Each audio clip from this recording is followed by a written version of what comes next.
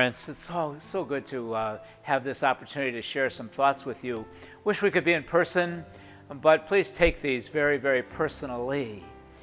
You've heard me say before how I admire parents so much, but I'm in amazement of the great responsibilities that you have, the activities that you're called to be a part of, and all the different things that you do. But I'm also a little bit envious of the tremendous joys and privileges that you have as parents. Certainly the birth of your children and the birth of this child who's now a second grader. That first day in school, those significant times in schools. Now this year, preparing to celebrate reconciliation and Eucharist. And the life goes on, and certainly the responsibilities, but also the privileges and the joys.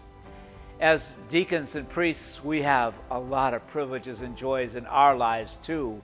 We get to be a part of people's lives in such significant times. And I will tell you that one of, if not the most important time, one of the times that brings me so much joy in my life and in my ministry is the gift of being able to celebrate baptism. I know that I celebrated baptism with a lot of your children and continue to do that right up until yesterday, and it's just always a joy that goes beyond words, beyond rituals, something only the heart can begin to grasp. I'm going to tell you a little story that hit me, a true story. Took place here at St. Gabriel's a long time ago when I was first here. I'm guessing maybe 25 years ago. We had a mission here, and we invited a bishop from another diocese to be a part of giving the mission here.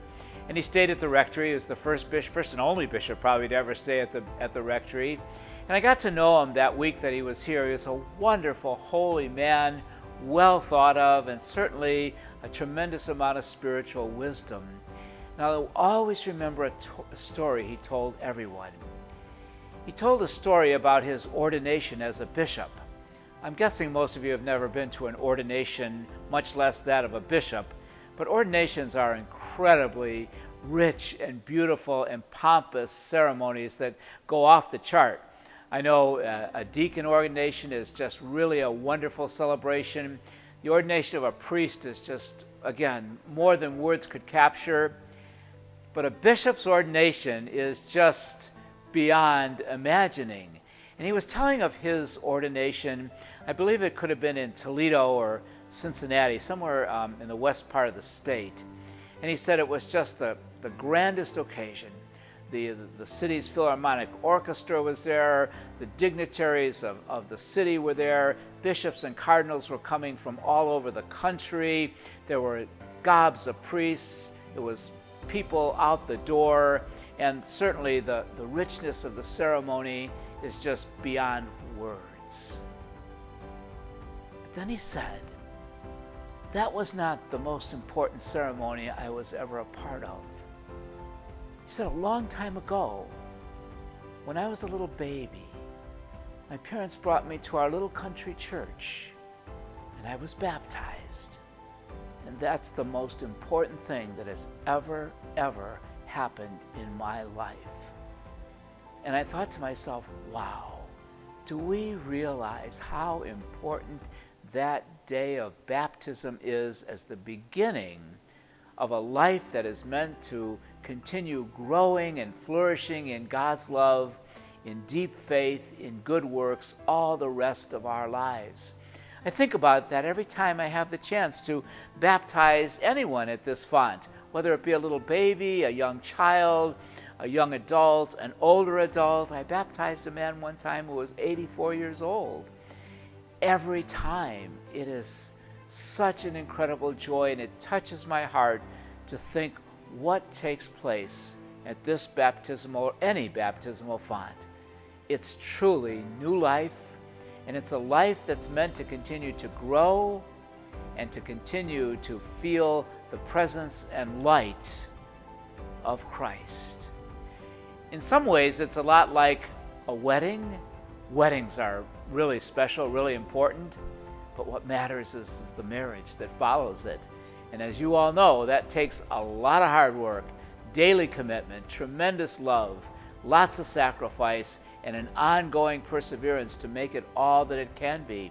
When I celebrate weddings, which is another great event in my life, one of the things I always say to the bride and groom on their wedding day is that my prayer for them, and it really is that the love they feel that day, and I'm sure it's just, again, overwhelming to them, will be just the beginning of a love that continues to grow all their lives.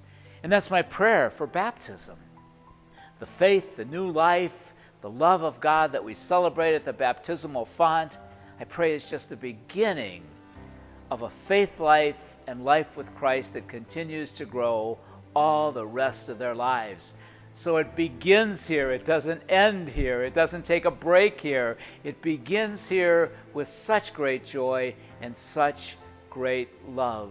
And in the end, this is the most important thing that will ever happen to your child, to you, or to any of us, is to celebrate that we become a child of God, a member of the church, a part of the body of Christ.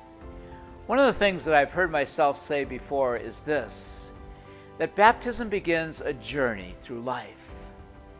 Actually, even in this church building, there's a journey. And one of the things I ask people to do sometimes is to draw a line from this baptismal font to the altar of God in the sanctuary, where we celebrate the Eucharist each and every week. Because it's there that life is nourished. It's there that life grows in faith. It's there that we receive what we are called to become.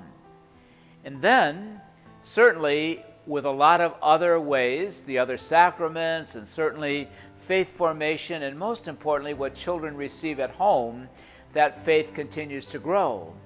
But if you wanted to extend that line, then that line says, go out to the world now and bring the presence of Christ. Be Christ every day, everywhere. Go in peace and let your life be a shining example of what your baptism is all about. That baptism happened already for your children. Perhaps we don't realize sometimes how important those moments are. Now it's coming to another really important moment in the sacraments of reconciliation and Eucharist. But nothing in the long run is more important than we not were baptized. We are baptized. We are the children of God, the family of God, the disciples of Jesus Christ, growing always in His love.